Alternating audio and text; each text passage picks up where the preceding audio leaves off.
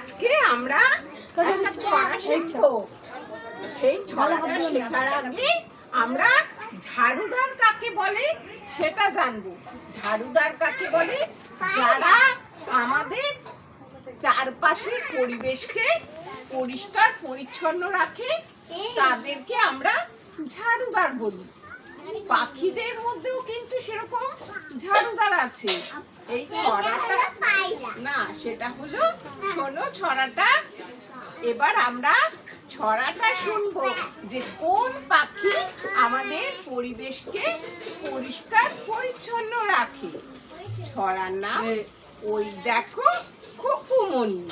সবাই আমার সাথে বলবে, ওই দেখো খুকুমনি ছাদে বসে কাক পাকা রবে সারা বেলা, করে হাঁক ডাক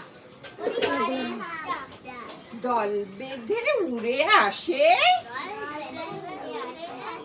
করে লাভ ঝাপ নোংরা ময়লা যত খেয়ে করে সাফ। জমকালো একখানা নাম আছে তার, মনে রেখো ঝাড়ুদার নাম পাখি তার। তাহলে কে কোন পাখি আমাদের পরিবেশকে পরিষ্কার রাখে? কাক। কাককে আমরা কি বলি? ঝাড়ুদার পাখি। তাহলে আমরা সবাইও নিজেদের চারপাশের পরিবেশ পরিষ্কার পরিচ্ছন্ন রাখবো।